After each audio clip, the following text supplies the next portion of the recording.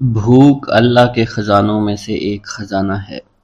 حضرت شیخ ابو محمد فرماتے ہیں، ایک روز میں حضور سیدنا غوث اعظم کی خدمت میں ایسی حالت میں حاضر ہوا کہ فاقہ سے تھا، اور میرے اہل و عیال بھی کئی دنوں سے بھوکے تھے۔ میں نے آپ کی خدمت میں سلام عرض کیا تو آپ نے میری دلی کیفیت کو بھانپتے ہوئے فرمایا، اے جونی، بھوک اللہ تعالیٰ کے خزانوں میں سے ایک خزانہ ہے، اور اللہ عز و جل جس کو دوست رکھتا ہے اس کو فاقہ کی نعمت عطا فرما دیا کرتا ہے۔ حضرت شیخ زین الدین فرماتے ہیں، ایک مرتبہ میں اور ایک میرا دوست حج کی ادائیگی کے بعد بغداد شریف آئے۔ بغداد شریف میں ہم کسی کو جانتے نہیں تھے اور ہمارے پاس صرف ایک قبضہ کمان تھی، جسے فروخت کر کے ہم نے کچھ چاول خریدے اور انہیں پکایا۔ ہم ان چاولوں سے سیر نہ ہو سکے اور نہ ہی ہمیں کوئی لطف محسوس ہوا۔ بعد ازاں ہم حضور سیدنا غوث اعظم کی محفل میں حاضر ہوئے تو آپ کچھ کلام فرما رہے تھے۔ ہمیں دیکھتے ہی آپ نے اپنا کلام قطع کر لیا اور فرمانے لگے، حجاز مقدس سے کچھ مہمان آئے اور ان کے پاس قبضہ کمان کے سوا کچھ نہ تھا، جسے انہوں نے فروخت کر کے چاول خریدے اور انہیں پکا کر کھایا، لیکن نہ ہی وہ سیر ہوئے اور نہ ہی لطف اندوز۔ حضرت شیخ زین الدین ابو الحسن علی بن ابو طاہر ابراہیم انصاری فرماتے ہیں، ہم نے جب حضور سیدنا غوث اعظم کا یہ کلام سنا تو ہم نہایت حیران ہوئے۔ محفل کے اختتام پر آپ نے دسترخوان بچھوایا۔ میں نے آہستگی سے اپنے دوست سے اس کی پسندیدہ چیز کے متعلق پوچھا تو اس نے کہا، حلوہ کھانا چاہتا ہے، اور میرے دل میں اس وقت شہد کی خواہش پیدا ہوئی۔ ابھی یہ سب کچھ ہمارے دلوں میں ہی تھا کہ حضور سیدنا غوث اعظم نے اپنے خادمین کو حکم دیا، جاؤ حلوہ شہد لے آؤ۔ خادمین نے حکم کی، تعمیل کی اور حلوہ اور شہد ہمارے سامنے لا کر رکھ دیا۔ آپ کا اس طرح ہمارے دلوں کی بات پر مطلع ہونے سے ہم حیران رہ گئے۔ حضرت ابو حفص عمر بن صالح بغدادی ایک مرتبہ اپنی اونٹنی کو ہانکتے ہوئے حضور سیدنا غوث اعظم کی خدمت میں حاضر ہوئے۔ عرض کرنے لگے، حضور، میں حج کے لیے بیت اللہ شریف جانا چاہتا ہوں، مگر میری یہ اونٹنی میرا ساتھ دینے کے قابل نہیں ہے، اور فی الحال میرے پاس کوئی دوسری سواری بھی نہیں ہے۔ آپ نے اس اونٹنی کی پشت پر ہاتھ پھیرا۔ اس کے بعد حضرت ابو حفص عمر بن صالح بغدادی نے اس اونٹنی کو ایڑی لگائی تو وہ اونٹنی بیت اللہ شریف تک بھاگتی ہی چلی گئی اور کوئی دوسری سواری اس کے قریب نہیں پہنچ سکی۔ حضرت ابو حامد فرماتے ہیں، میں ایک مرتبہ بغداد شریف میں حضور سیدنا غوث اعظم کی خدمت میں حاضر ہوا اور اپنا مصلی آپ کے نزدیک بچھا کر بیٹھ گیا۔ آپ نے مجھ سے فرمایا، اے حامد، تم عنقریب بادشاہوں کے دسترخوان پر بیٹھو گے۔ چنانچہ جب میں حران واپس پہنچا تو سلطان نور الدین زنگی نے مجھے اپنے پاس رہنے پر مجبور کر دیا اور مجھے اپنا مصاحب خاص مقرر کر دیا اور ناظم اوقاف مقرر فرمایا۔ حضرت شیخ ابو المظفر اسماعیل سے منقول ہے کہ ایک مرتبہ حضرت شیخ الہیتی بیمار ہو گئے۔ حضور سیدنا غوث اعظم ان کی عیادت کے لیے تشریف لائے۔ آپ نے ان کے نزدیک کھجور کے 2 درخت دیکھے جو 4 سال سے خشک تھے اور ان پر پھل نہیں آتا تھا۔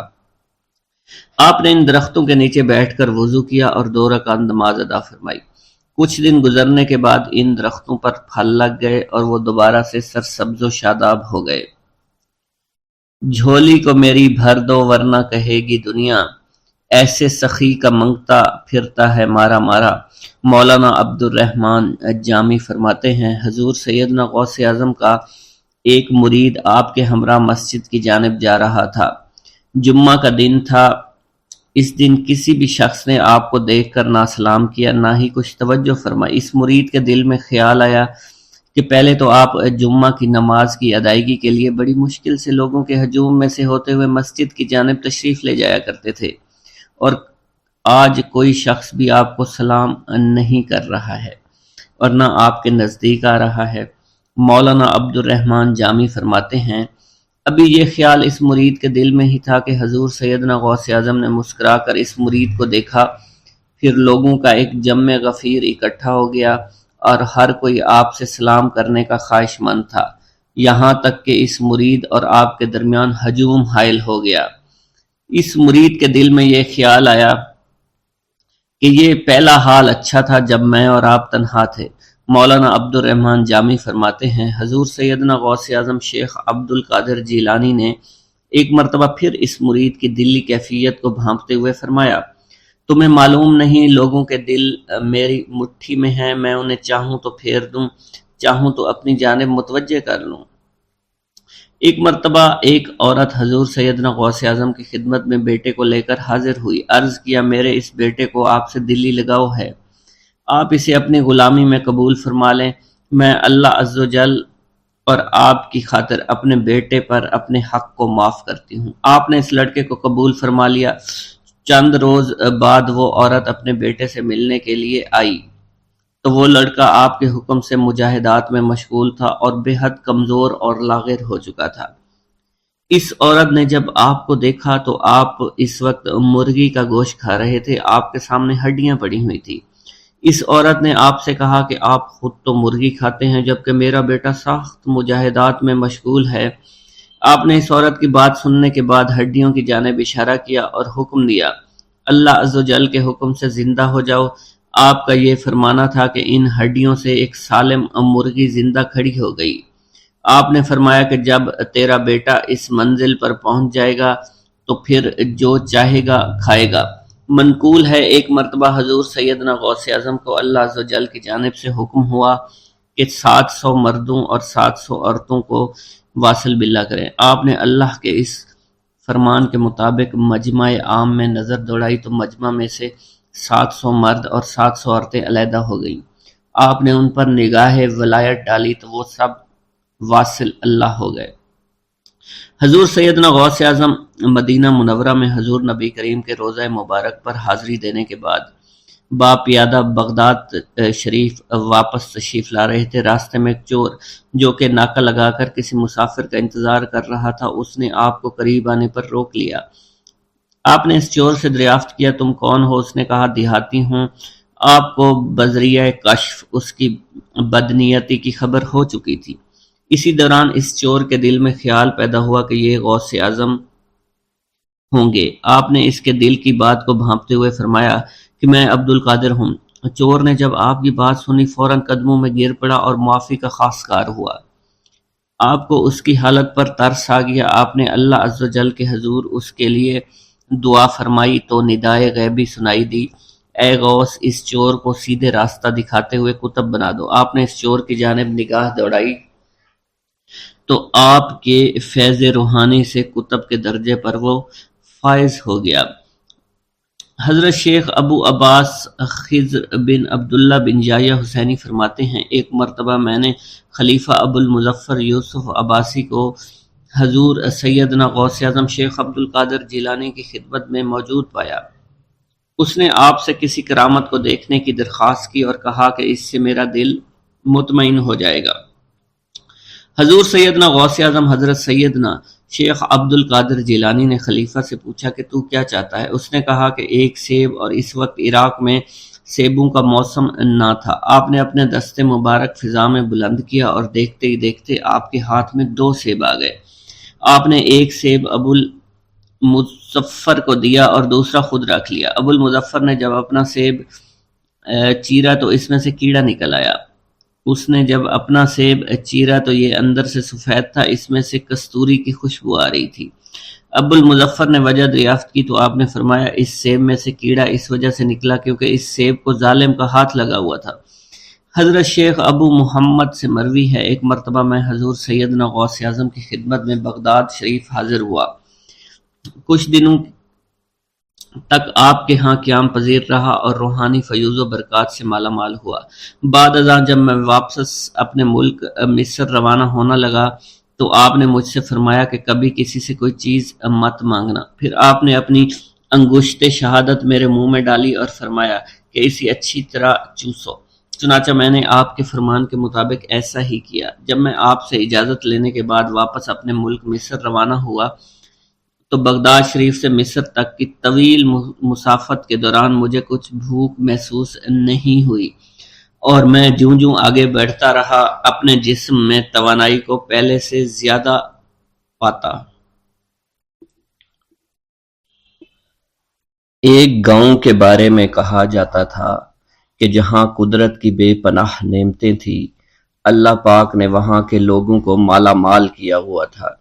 ایسی نعمتیں کہ جن نعمتوں کو دیکھ کر انسان اکثر مغرور ہو جایا کرتے ہیں، مگر وہاں پر کچھ مسلمان تھے، اور سب سے بڑی اور بری بات یہ تھی کہ وہاں کے تمام لوگ کافر تھے۔ وہ کفار اپنی دولت پر بہت فخر کیا کرتے تھے، کیونکہ ان میں ہر ایک انسان بہت دولت مند تھا۔ ہر ایک کے پاس بے بہا پیسے تھے، کسی کو پیسوں کی کمی نہیں تھی۔ وہاں کے سردار کی ایک اکلوتی بیٹی تھی جس کو سردار بے پناہ پیار کرتا تھا۔ اس سردار کی بیٹی بے پناہ مغرور، ظالم، گھمنڈی تھی۔ وہاں پر غریب لوگ صرف مسلمان ہی تھے، تمام کافر ایک دوسرے کی مدد کیا کرتے تھے، لیکن مسلمانوں کی مدد کرنے والا وہاں پر کوئی نہ تھا۔ وہاں پر انہیں کوئی دیکھنے والا نہ تھا۔ سردار کی بیٹی کو کالے جادو میں خوب مہارت حاصل تھی، اور وہ جادو کی وجہ سے وہاں پر رہنے والے غریبوں پر بہت ظلم کیا کرتی تھی۔ تمام مسلمان اس سے بے حد پریشان تھے، اور وہ لوگوں کو غلام بناتی اور مزدور بناتی تھی۔ اگر ان میں کوئی اس کی بات نہ مانتا تو اس کو قیدی بنا کر اپنے اشاروں پر نچایا کرتی تھی۔ اس بستی میں چونکہ اکا دکا مسلمان تھے جن کا کوئی پرسان حال نہیں تھا،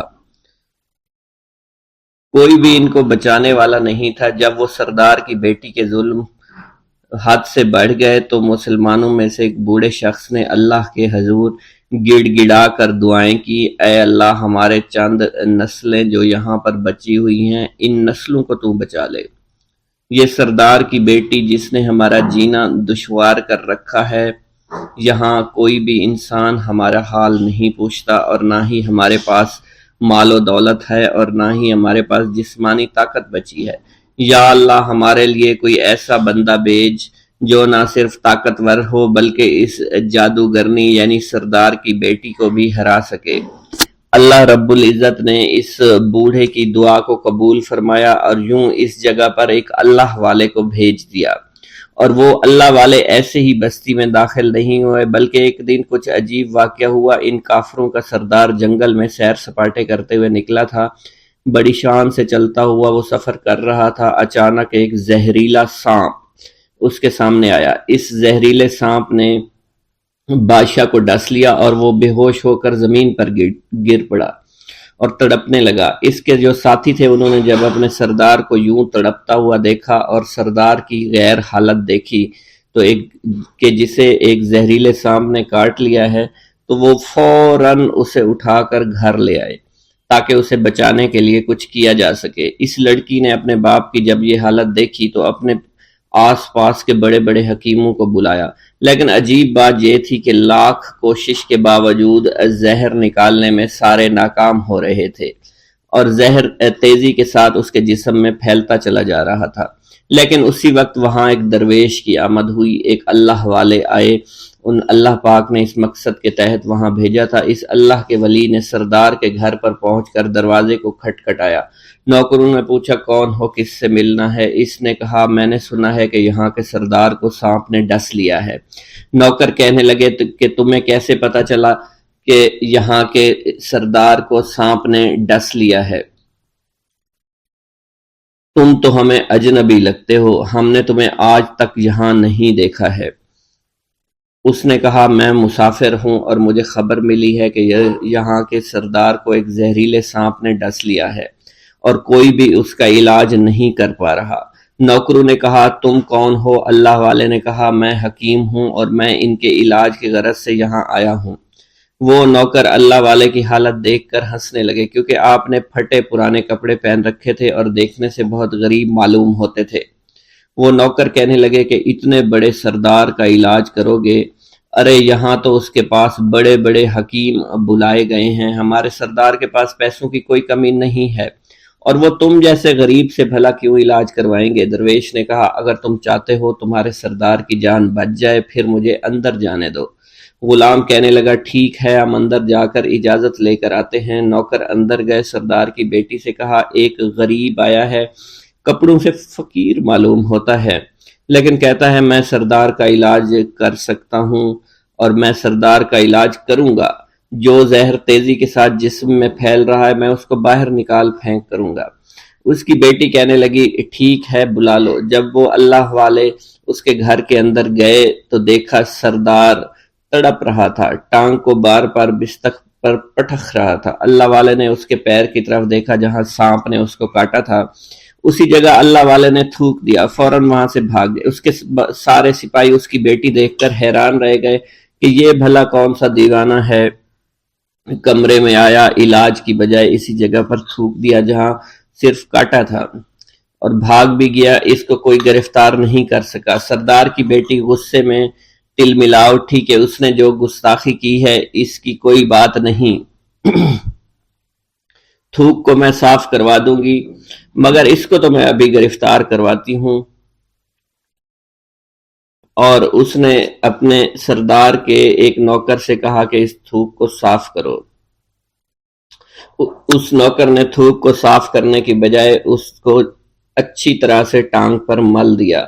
لڑکی نے کہا کیا کر رہی ہو؟ اس فقیر نے میرے باپ کی ٹانگ پر تھوک دیا، اب اس تھوک کو تم مل رہے ہو۔ حکیم نے اپنے ہاتھ کے اشارے سے سردار کے بیٹے کو روک دیا۔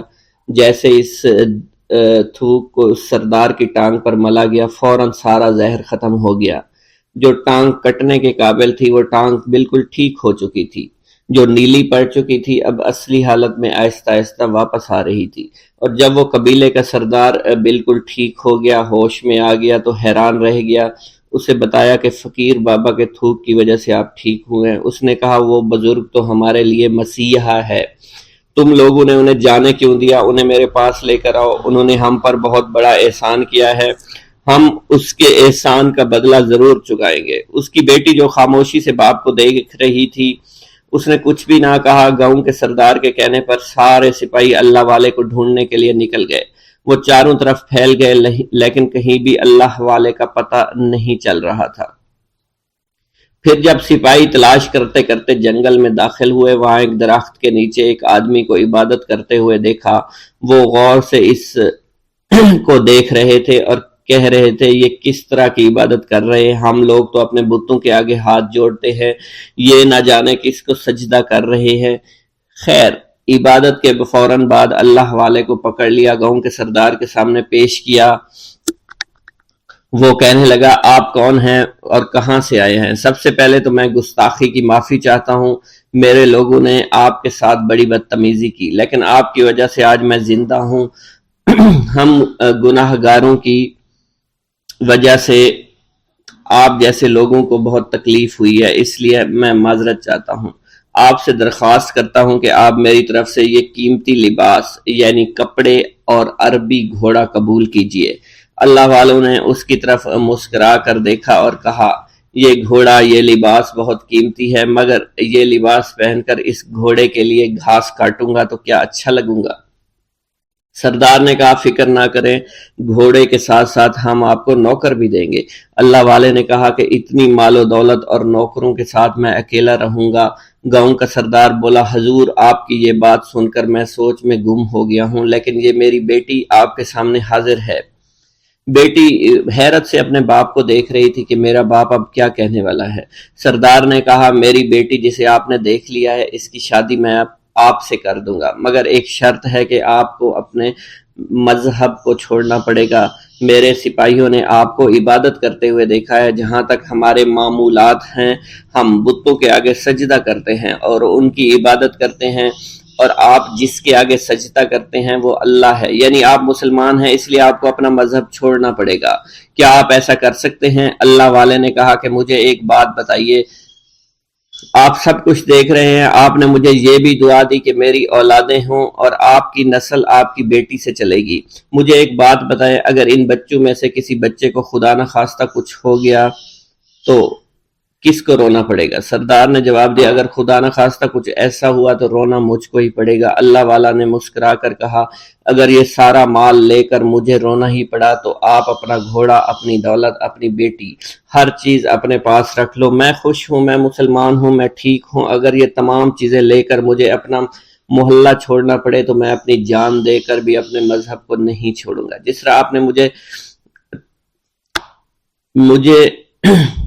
نوازا ہے، میں اسی رب کے دین کو چھوڑ کر چلا جاؤں گا۔ صرف چند پیسوں کی خاطر میں ہر دن پیسہ نہیں کر سکتا، اور اپنی درویشی میں بہت خوش ہوں۔ اللہ نے مجھے جس مقصد کے لیے بھیجا تھا وہ میرا مقصد پورا ہو جائے گا۔ گاؤں کے سردار نے پوچھا، یہ کہہ کر وہ اللہ والے جانے لگے تو سردار نے درویش کو رک جانے کا کہا اور کہنے لگے میں نے مال دے کر تمہیں آزمایا اور تمہیں پرکھا، لیکن تم اپنے مذہب کو چھوڑنے پر راضی نہیں ہو۔ اگر تم یہی سب کرنے آئے تھے تو تمہیں اس بات کا ڈر نہیں؟ کیا تم نہیں جانتے ہم کتنے طاقتور ہیں، اور میری بیٹی اپنے عمل میں اتنی ماہر ہے کہ تمہیں یہاں کھڑے کھڑے ابھی جنگلی جانور بنا سکتی ہے۔ اللہ والے نے کہا کہ اس نے جنگلی جانور کمزور لوگوں کو بنایا ہوگا، یہ مجھے جانور بنا کر تو دکھائے۔ اس سے پہلے کہ گاؤں کا سردار اپنی بیٹی سے کچھ کہتا کہ اس پر وار کرو، اللہ والے نے جادوگرنی پر ایسی پھونک ماری کہ وہ اسی وقت ایک بہت بڑی چھپکلی بن گئی۔ وہ کچھ بھی نہیں کر پا رہی تھی، وہ چھپکلی اتنی بڑی تھی کہ وہاں پر جتنے بھی انسان کھڑے تھے ان سب میں سب سے زیادہ اونچا اس کا قد تھا۔ وہ چھپکلی اللہ والے کے پاس آئی، اپنا زہر اس پر اگلنا چاہتی تھی کہ اسی وقت اس نے اس کے منہ پر تھوک دیا۔ تھوکنے کی دیر تھی، وہ چھپکلی جلنے لگی اور جس سے گرمی کی وجہ سے اس کا چہرہ پگھل رہا تھا، اس کا چہرہ جل کر کالا ہو چکا تھا۔ وہ مرنے والی تھی کہ سردار دوڑتا ہوا قدموں میں آ کر گر پڑا اور معافی مانگنے لگا اور کہنے لگا حضور اس گستاخی کے لیے میں معذرت خواہ ہوں، آپ مجھے معاف کر دو، میں نے سچ میں آپ کو بہت کمزور سمجھا تھا، آپ کو آپ کا مذہب سے ہٹانا چاہا تھا۔ اگر میری بیٹی ٹھیک ہو جائے تو میں سچ کہتا ہوں یہاں پر جتنے لوگ ہیں ہم پوری کی پوری بستی مسلمان ہو جائیں گے۔ اللہ والے نے کہا کہ ہم تمہیں اپنے دین میں شامل کرنے کے لیے یہ سب نہیں کر رہے، بلکہ تم لوگ مسلمان بھائیوں پر جو ظلم کرتے ہو وہ ظلم کو ختم کرنے کے لیے ہم یہاں آئے ہیں۔ ہمارے دین میں جبر اور ظلم نہیں۔ اگر تمہارے بیٹی سے انسان بن کر سدھر جاتی ہے تو اس کو اس کی اصلی حالت میں لانے کے لیے میں خود کو اللہ کی بارگاہ میں پیش کروں گا اور دعا کروں گا۔ سردار کہنے لگا کہ ہاں میری بیٹی اصلی حالت میں اگر آ جائے تو پھر ہم کسی پر ظلم و ستم نہیں کریں گے، اور میں دل سے اپنی بیٹی کے لیے معافی چاہتا ہوں۔ آج سے یہ کوئی بھی جادو ٹونا اور مسلمانوں کو تنگ نہیں کرے گی اور نہ ہی کسی مسلمان پر یہ ظلم اور جبر کرے گی۔ بس آپ اسے دوبارہ سے انسان بنا دے۔ اللہ والا نے چھپکلی پر دوبارہ سے پھونک ماری تو پھر سے انسان بن گئی اور اللہ والے کے قدموں سے وہ لپٹ گئی، کہنے لگی مجھے معاف کر دیجئے، مجھے معاف کر دیجئے، میں نے اپنے آپ کو بہت طاقتور سمجھا۔ اس لڑکی کا آدھا چہرہ جل چکا تھا اور کالا ہو چکا تھا۔ وہ کہنے لگی کہ آج اپنے باپ کے ساتھ میں آپ کے دستے مبارک پر مسلمان ہونا چاہتی ہوں۔ میں وعدہ کرتی ہوں کہ آج سے اس بستی پر کوئی بھی کافر کسی مسلمان کے ساتھ بدتمیزی نہیں کرے گا، زیادتی نہیں کرے گا، ظلم اور جبر نہیں کرے گا، بلکہ ہم سب یہاں مل جل کر رہیں گے اور بھائی چارے کے ساتھ رہیں گے۔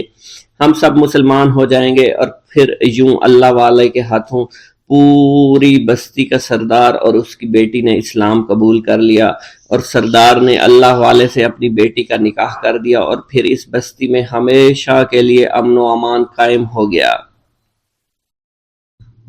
ایک عورت اپنے لڑکے کو لے کر محبوب سبحانی، قطب ربانی، غوث سمدانی، شیخ عبد القادر جیلانی کی بارگاہ پناہ میں لے کر آئی اور عرض کرنے لگی کہ حضور یہ بچہ آپ سے بہت عقیدت رکھتا ہے، اس لیے میں اسے آپ کے حوالے کرتی ہوں، آپ اسے اپنی غلامی میں قبول فرما لیجئے۔ آپ نے اسے قبول فرما کر چند دن مجاہدات کا حکم دیا۔ ایک دن لڑکے کی ماں اسے ملنے کے لیے آئی تو بھوک اور بیداری کے سبب اسے بہت کمزور پایا اور جو کی روٹی کھاتے دیکھا۔ پھر وہ عورت آپ کی خدمت میں آئی تو آپ کے سامنے مرغی کے گوشت کی ہڈیاں دیکھیں اور فوراً وہ بول پڑی کہ خود تو مرغی کا گوشت کھا رہے ہیں، میرے لڑکے کو جو کی روٹی کھلا رہے ہیں۔ یہ بات سن کر آپ نے ان ہڈیوں پر ہاتھ رکھ کر فرمایا کہ اس اللہ کے حکم سے کھڑی ہو جا۔ تو بوسیدہ ہڈیاں زندہ ہو گئیں اور وہ مرغی بن گئی، اور وہ فوراً کھڑی ہوئی اور بولنے لگی۔ ایک بزرگ جس کا نام محمد قائد الادانی رحمۃ اللہ علیہ ہے نے بیان کیا ہے کہ ایک دن حضرت شیخ عبد القادر جیلانی سرح نورانی وعظ فرما رہے تھے، اور ہوا بہت تیز چل رہی تھی کہ ایک چیل چیختی ہوئی آپ کی مجلس پر سے گزری، جس سے حاضرین کی توجہ ہٹ گئی۔ آپ نے فرمایا، اے ہوا، اس چیل کا سر تن سے جدا کر دے۔ یہ فرمانا ہی تھا کہ چیل کا سر تن سے جدا ہو گیا۔ یہ دیکھ کر آپ ممبر سے اٹھے، چیل کو ایک ہاتھ میں پکڑ کر دوسرا ہاتھ اس پر پھیرا اور بسم اللہ الرحمن الرحیم پڑھا، اور چیل اللہ کے حکم سے زندہ ہو کر اڑ گئی، اور لوگ اس منظر کو دیکھ کر بہت مضطرب ہو گئے۔ ایک شخص جس کا نام معمر جراح تھا بتاتے ہیں کہ ایک دن محبوب سبحانی قطب یزدانی شیخ عبد القادر جیلانی کی خدمت میں حاضر تھا۔ آپ کچھ تحریر فرما رہے تھے کہ مکان کی چھت سے مٹی گرنے لگی۔ دوبارہ دیکھا تو ایسا ہی ہوا۔ جب چوتھی بار ایسا ہوا تو آپ نے سر اٹھا کر اوپر دیکھا اور فرمایا کہ تیرا سر تن سے جدا ہو جائے۔ یہ فرمانے کی دیر تھی کہ ویسا ہی ہوا، اور اس نظر کو دیکھ کر نہایت لوگ جو ہے مضطرب ہوئے۔ میں نے عرض کیا، حضور آپ پریشان کیوں ہیں؟ آپ نے فرمایا، میں ڈرتا ہوں اگر مسلمان سے مجھے ایذا پہنچے تو اس کا بھی حال ایسے ہی ہوگا جیسے اس چوہے کا ہوا۔ ایک بزرگ شیخ عمر مسعود نے بیان کیا ہے کہ حضرت شیخ عبد القادر جیلانی سرہ نورانی ایک دن وضو فرما رہے تھے۔ اسی اثنا میں ایک چڑیا نے آپ پر بیٹ کر دی۔ یہ چڑیا اسی وقت گرتے ہی مر گئی۔ اس وضو کے بعد اتنا حصہ کپڑا دھویا اور اتار کر مجھے دے دیا کہ اسے فروخت کر کے اس کی رقم غرباء میں تقسیم کر دو، یہ اس کا بدلہ ہے۔ ناظرین کرام، آپ کو بتاتے چلیں کہ شیخ ربانی حضرت شیخ عبد القادر جیلانی جو ہے بہت ہی قیمتی لباس زیب تن کیا کرتے تھے۔ یہ لباس جو ہے ریشم کے تاروں سے بنا ہوتا تھا اور بہت زیادہ قیمتی ہوتا تھا۔ جب اس واقعہ کے بعد اس لباس کو بازار میں تقسیم کیا گیا تو اس کے بہت زیادہ رقم وصول ہوئی، جو کہ غرباء میں تقسیم کر دی گئی۔ ایک بزرگ شیخ عبد القادر جیلانی رحمۃ اللہ علیہ کی خدمت میں حاضر ہو کر عرض کرنے لگے کہ حضور، میرے بچے کو 1.25 سال سے بخار کا عارضہ ہے، جو بڑھتا ہے نہ ہی گھٹتا ہے۔ آپ نے فرمایا، تم اس بچے کے کان میں جا کر اس طرح کہہ دو، بخار دور ہو جائے گا کہ اے بخار، تجھے عبد القادر کہتا ہے کہ میرے بچے کو چھوڑ دو۔ آپ نے ایسا ہی کیا، بخار فوراً بچے کو چھوڑ کر وہاں سے چلا گیا، اور اہل محلہ جو ہے وہ باقی لوگ بخار میں مبتلا ہو گئے۔ حضرت شیخ ابو الحسن علی قریشی رحمۃ اللہ علیہ نے بیان کیا ہے کہ ایک دفعہ میں اور شیخ ابو نصر حضرت شیخ عبد القادر جیلانی کی خدمت میں حاضر تھے۔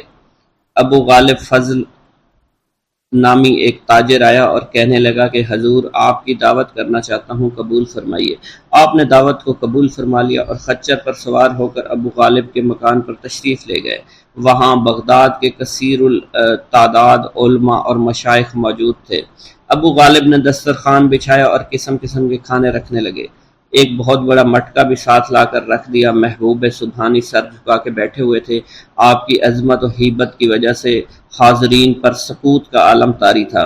آپ نے شیخ علی کو اشارہ فرمایا کہ اس مٹکے کو لا کر میرے پاس رکھ دو، اور ساتھ ہی مٹکے کو کھولنے کا حکم بھی صادر فرمایا۔ کھولا تو دیکھا کہ اس میں ایک مفلوج الحال نابینا لڑکا تھا۔ آپ نے لڑکے سے فرمایا، اللہ کے حکم سے تندرست ہو کر اٹھ کر کھڑا ہو جا۔ اسی وقت لڑکا بالکل تندرست ہو کر دوڑنے لگا۔ یہ دیکھ کر حاضرین عالم اضطراب میں ڈوب گئے اور چاروں طرف شور برپا ہو گیا۔ پھر آپ بغیر کھانا کھائے واپس تشریف لے آئے۔ ایک دن حضور غوث الثقلین شیخ ابو الحسن کی بیمار پرسی کے لیے ان کے گھر تشریف لائے۔ ایک کبوتری اور ایک قمری دیکھی۔ شیخ ابو الحسن نے بارگاہ غوثیت السمدانی میں عرض کیا، حضور یہ کبوتری 6 ماہ سے انڈے نہیں دے رہی ہے، قمری نے 9 ماہ سے بولنا بند کر دیا ہے۔ آپ نے کبوتری سے مخاطب ہو کر فرمایا، اے کبوتری اپنے مالک کو نفع پہنچا، اور قمری سے فرمایا کہ اپنے پیدا کرنے والے کی تسبیح کر۔ آپ کا یہ فرمانا تھا۔ قمری نے بولنا شروع کر دیا، کبوتری نے انڈے دینے شروع کر دیے، اور تمام حیاتی ایسا ہی کرتے رہی اور صحت یاب بھی رہی۔ حضرت شیخ ابو المظفر اسماعیل نے فرمایا، شیخ علی ابن ابی نصر جب بھی بیمار ہو جاتے وہ میرے باغ میں آتے۔ ایک دفعہ عالم مرض میں میرے باغ میں آئے۔ محبوب سبحانی حضرت شیخ عبد القادر جیلانی نے آپ کی بیمار پرسی کے لیے بھی وہ باغ میں تشریف لے آئے۔ باغ میں کھجور کے 2 درخت تھے جو خشک ہو چکے تھے، 4 سال سے پھل نہیں دے رہے تھے۔ اس کو کاٹنے کا ارادہ کر ہی رہے تھا، حضور غوث سمدانی اٹھے اور ایک درخت کے نیچے آپ نے وضو فرمایا اور دوسرے کے نیچے 2 رکعت نماز عطا فرمائی۔ ان پر 1 ہفتہ کے اندر پھل آنا شروع ہو گئے، حالانکہ اس وقت کھجور کے پھل کا موسم بھی نہیں تھا۔ حضرت شیخ ابو مالک زیال کا بیان ہے، ایک دن میں حضور محبوب سبحانی غوث سمدانی شیخ عبد القادر جیلانی کے مدرسہ میں کھڑا تھا۔ آپ نے اپنے گھر سے عصا لیے باہر تشریف لائے۔ مجھے یوں محسوس ہوا آج آپ اپنے عصا سے کسی کرامت کا ظہور فرمائیں گے۔ آپ نے مسکراتے ہوئے میری طرف دیکھا اور عصا کو زمین میں گاڑ دیا۔ عصا زمین پر گاڑتے ہی روشن ہو چکا اور بدستور 1 گھنٹہ چمکتا رہا۔ اس کی منور شعاؤں سے اطراف و کناف بھی چمک اٹھے، اس کی روشنی آسمان کی طرف بھی چڑھتی تھی۔ پھر جب 1 گھنٹہ کے بعد آپ نے اسے اٹھایا تو عصا جیسا پہلے تھا ویسا ہی ہو گیا۔ اس کے بعد آپ نے فرمایا، تمہاری یہی خواہش تھی نا جو تم نے دیکھا۔ ایک دفعہ دریائے دجلہ میں اس قدر پانی آیا کہ بغداد کے ارد گرد بھی پانی چڑھ آیا۔ دیہاتی لوگ گھبرا کر حضور غوث سمدانی شیخ عبد القادر جیلانی کی خدمت میں حاضر ہوا اور عرض کی۔ آپ نے اپنا عصا مبارک لیا اور دجلہ کے کنارے تشریف لے گئے اور عصا دجلہ کے کنارے پر گاڑ کر فرمایا کہ بس اس سے آگے نہ بڑھنا۔ پانی فوراً اتر کر اپنی اصلی حد پر پہنچ گیا۔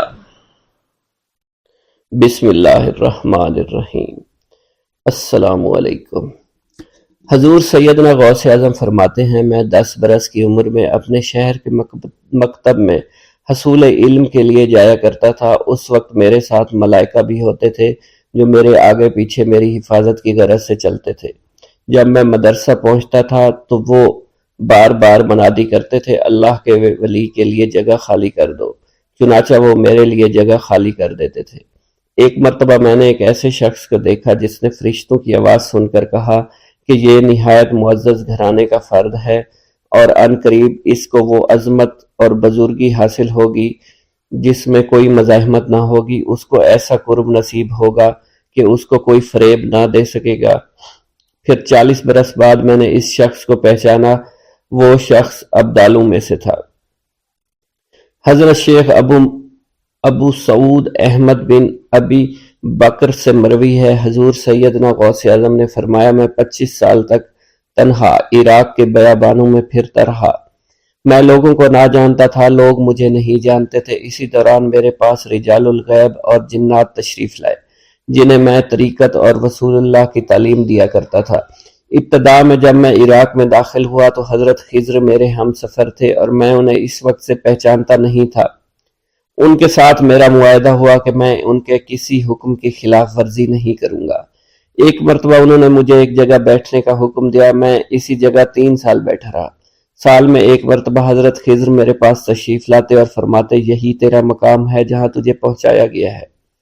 اس عرصہ کے دوران تمام نفسانی خواہشات مجھ پر انسانی شکل میں وارد ہوئیں، لیکن اللہ نے مجھے ہر موقع پر استقامت عطا فرمائی اور مجھے ان خرافات سے بچائے رکھا۔ ابتدا میں میرا نفس مجاہدہ کا کوئی طریقہ اختیار کرتا تو میں اس پر قائم ہو جایا کرتا تھا اور کسی چیز کو قبول نہیں کرتا تھا۔ ایک طویل مدت تک اپنا گلا گھونٹتے ہوئے میں نے مدائن کے جنگلوں میں مجاہدات میں مشغول رہا۔ حضور سیدنا غوث اعظم فرماتے ہیں، میں نے اپنے نفس کو مختلف مجاہدوں اور ریاستوں اور مشقتوں میں ڈالے رکھا۔ 1 سال تک میں گری ہوئی چیزیں اٹھا کر کھاتا رہا، اسی دوسرے سال میں صرف پانی پر گزارا کرتا رہا۔ اور تیسرے سال میں نے کچھ نہ کھایا اور نہ پیا نہ ہی سویا۔ ایک مرتبہ شدید سردی کی وجہ سے میں ایوان کسریٰ کے کھنڈرات میں سویا تو رات بھر میں 40 مرتبہ احتلام ہوا۔ میں نے ہر مرتبہ دریائے دجلہ پر جا کر غسل فرمایا، پھر نیند کے خوف سے محل کے اوپر ایک ویران جگہ پر چڑھ گیا اور وہاں 2 سال تک قیام کیا، حتیٰ کہ سردی کے سوا کوئی شے کھانے کو میسر نہیں تھی۔ حضور سیدنا غوث اعظم فرماتے ہیں، ہر سال ایک بزرگ آتے اور وہ مجھے اونی جبہ دے کر چلے جاتے۔ اسی طرح میں نے بے شمار طریقوں سے دنیا اور نفس سے چھٹکارا حاصل کرنے کی کوشش کی۔ لوگ مجھے دیوانہ سمجھتے تھے۔ میں برہنہ جسم جنگلوں میں چلا جاتا، کانٹوں پر لوٹا شور مچایا کرتا، میرے تمام بدن سے خون جاری ہو جایا کرتا۔ لوگ مجھے اٹھا کر شفا خانے لے جایا کرتے جہاں میری حالت مزید بگڑ جایا کرتی۔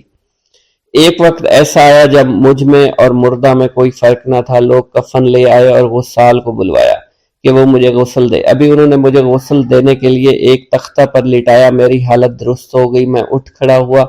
طریقت کی ان پرخطر راہوں میں نہ تو میں کبھی خوف زدہ ہوا، نہ کبھی میرا نفس مجھ پر غالب پا سکا، اور نہ ہی دنیا کی آسائش مجھے حیران کر سکی۔ حضور سید غوث اعظم فرماتے ہیں، شیطان نے میرے گرد بے شمار جال بچھائے۔ جب میں نے ان سے کہا یہ کیا ہے، اس نے کہا یہ دنیاوی آلائشیں ہیں اور میں ان جالوں میں سے تم لوگوں کا شکار کیا کرتا ہوں۔ میں نے 1 سال تک شیطان کا مقابلہ کیا، اس کے بچھائے ہوئے تمام جالوں کو ختم کیا۔ اس کے بعد میرے سینے کو کھول دیا گیا اور مجھ پر بے شمار خلائق ظاہر ہوئے۔ حضور سیدنا غوث اعظم فرماتے ہیں، میں نے دریافت کیا کہ یہ اللہ ایک کیسے ہے؟ جواب ملا، یہ خلق کے اسباب ہیں جو تم سے ملے ہوئے ہیں۔ میں سال بھر ان کی جانب متوجہ رہا، یہاں تک کہ وہ مجھ سے جدا ہو گئے۔ جب مجھ پر باطن ظاہر ہوا تو میں اپنے قلب کو بہت سے علائق سے ملوث پایا۔ میں نے دریافت کیا یہ علائق کیا ہیں؟ جواب ملا، یہ تمہارے ارادے، تمہارے اختیارات ہیں۔ چنانچہ 1 سال تک ان کی جانب متوجہ رہا، یہاں تک کہ وہ سب علائق مجھ سے دور ہو گئے اور میرا قلب ان غلاظتوں سے نجات پا گیا۔ حضور سیدنا غوث اعظم فرماتے ہیں، پھر میں نے توکل کے دروازے پر آیا، میرا مقصد پورا ہو، لیکن جب میں توکل کے دروازے پر پہنچا بے شمار لوگ وہاں موجود تھے۔ میں ہجوم کو چیرتا بڑھا اور شکر کے دروازے پر پہنچ گیا، یہاں بھی لوگوں کا جمع غفیر موجود تھا، اسے بھی چیرتا آگے بڑھا اور مشاہدہ کے دروازے پر پہنچ گیا، یہاں پر موجود ہجوم کو بھی چیرتا ہوا اندر داخل ہوا، حتیٰ کہ سب سے آخر میں مجھے فقر کے دروازے پر لا دیا گیا۔ فقر کا دروازہ خالی تھا۔ جب میں اس دروازے میں داخل ہوا تو دیکھا جن جن چیزوں کو میں نے ترک کیا تھا وہ سب یہاں موجود تھی۔ یہاں مجھے ایک بہت بڑے روحانی خزانے کی فتوحات سے نوازا گیا۔ میرے لیے تمام دنیا کے خزانے کھول دیے گئے، مجھے روحانی عزت، دائمی غنا اور خالص آزادی عطا فرمائی گئی۔ میری تمام چیزیں جو میری ہستی اور میری صفات سب معدوم ہو گئی تھی، وہ میری ہستی کی جگہ کسی اور نے لے لی تھی۔ حضرت شیخ ابو سعید مخزومی نے حضور سیدنا غوث اعظم کو خرقہ خلافت سے نوازا اور فرمایا، اے عبد القادر، یہ وہ خرقہ ہے جو حضور نبی کریم صلی اللہ علیہ وسلم نے سیدنا علی المرتضیٰ کو عطا فرمایا۔ سیدنا علی المرتضیٰ نے یہ خرقہ خواجہ حسن بصری کو عطا فرمایا، جس سے ہوتا ہوا یہ مجھ تک پہنچا، اور یہ تمہاری امانت تھی جو میں نے تم تک پہنچا دی۔ حضور سیدنا غوث اعظم نے جب خرقہ مبارک کو زیب تن کیا تو آپ پر بے شمار